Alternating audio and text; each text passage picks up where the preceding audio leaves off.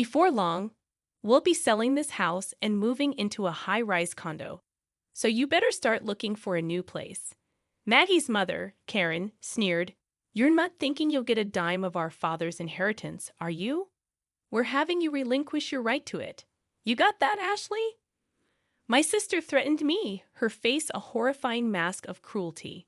Ashley's boyfriend stood to the side, his laughter only adding salt to the wound. It was unbearable. Our father's funeral had barely finished, and they dared to talk like this. "You heard the absolute worst. I can't stand this anymore. I'm cutting ties with you all." The moment I shouted those words, the doorbell rang. Standing there was a man I felt like I'd met before. "My name is Maggie. At 22, I'm soon to graduate from university. Nothing to brag, but I'm strong-willed and patient. From my childhood through university, I've always quietly and diligently focused on my studies. I've maintained reasonably high grades, and I do have dreams I want to fulfill. Although I'm content with my daily life, I'd also have a significant worry. Maggie, come downstairs now." A loud voice rang from below. With reluctance, I went downstairs to find my mother, Karen, and my sister, Ashley. "Mom, sis, what's up?" "I was studying, as usual." "You nerd.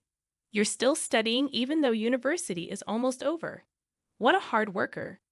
The one laughing was my sister, Ashley. A beauty like our mother, she's flamboyant and was even a popular model back in the day. Now she's unemployed, under the gaze of helping around the house. "We're going shopping.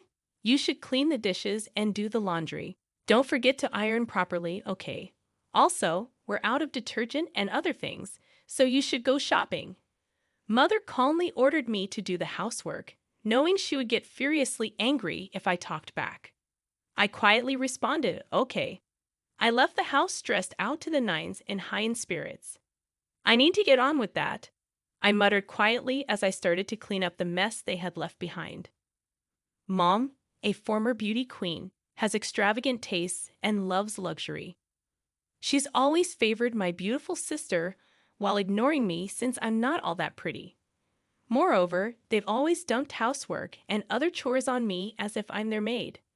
My sister took advantage of this, and I've been oppressed by them since I was little. Yet I've tolerated it because, after all, we are family. And then my phone rang. When I looked at my phone screen, it read Dad. "Hello, Dad, it's been a while." I could tell my voice had brightened. "Oh, Maggie, it's been a while. Are you doing okay?" "I'm doing great. How about you, Dad? It's night there, right? How's work?" "I'd like to say I'm fine, but I've been having headaches lately. I'm planning to go see a doctor soon." "How's your schoolwork? Is it going well, Dad? Take care of yourself, okay?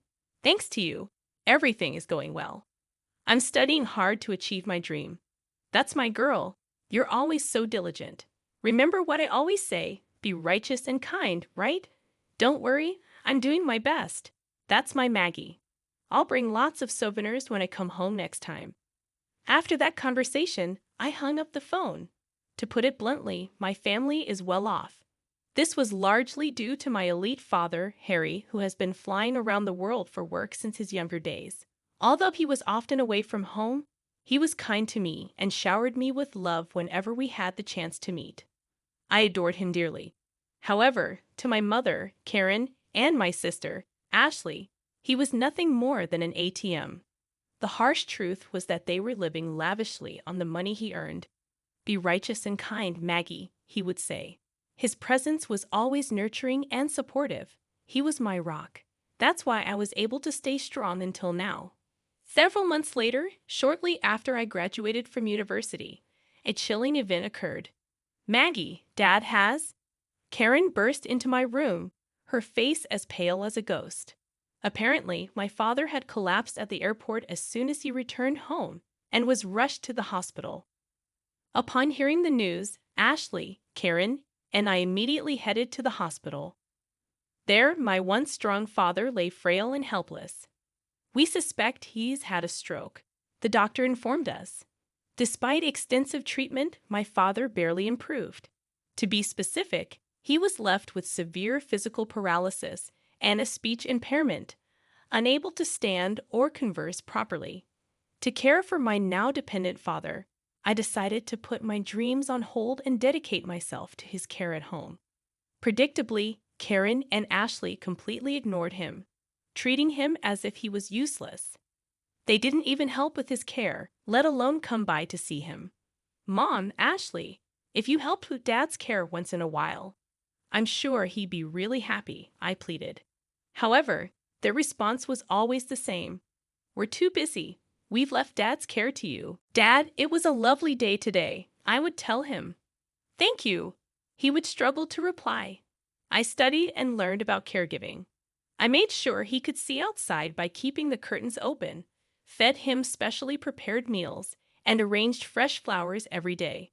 Though I had help from professional caregivers, I did everything I could for him with all my heart, remembering my father who had worked so hard for us and showered us with love. I was desperate to do everything.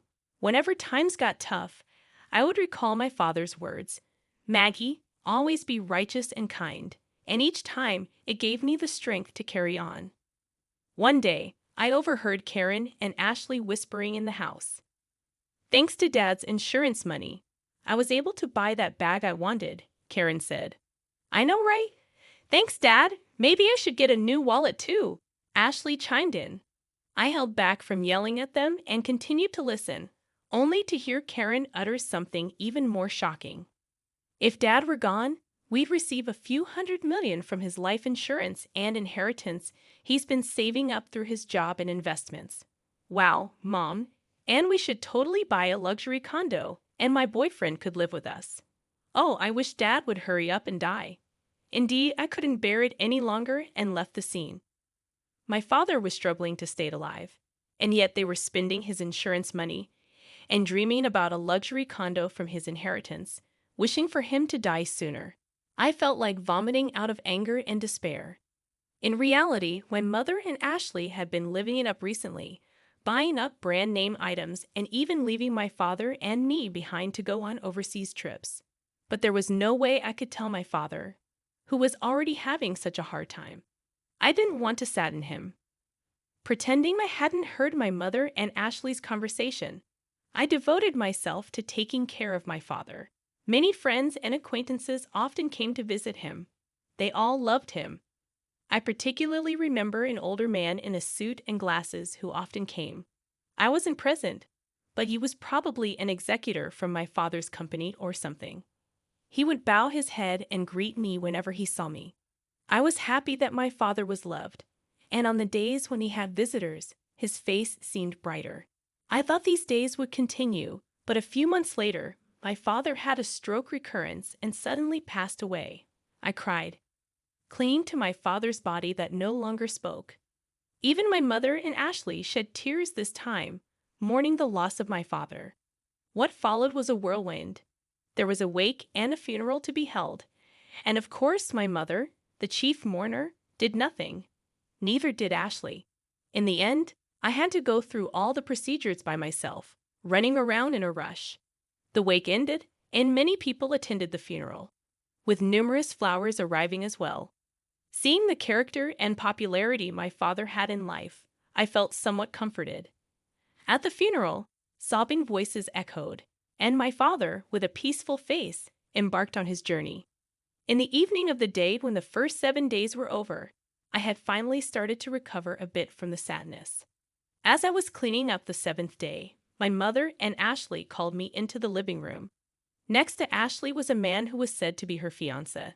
Like Ashley, he looked good, but given his former job as a male stripper, his inner frivolity was clear. Apparently, his name was John. So about father's inheritance, my mom began. I had a terribly bad feeling, and then my mother, laughing scornfully, said something outrageous. We'll get a lot from your father's inheritance, so we decided to sell this house and live in a luxury condo. So you should leave. Mom, it's only been a week since Dad passed away. Are you already talking about the inheritance and the luxury condo? We've already signed the contract. It's a high-rise, brand new. You've already signed. When did you? About a month ago, I guess. A month ago. But Dad was still doing fine. He was practically dying. He had a lot of money, so it'll work out fine. My mother was selfish as ever. Ashley continued, yes, that's right.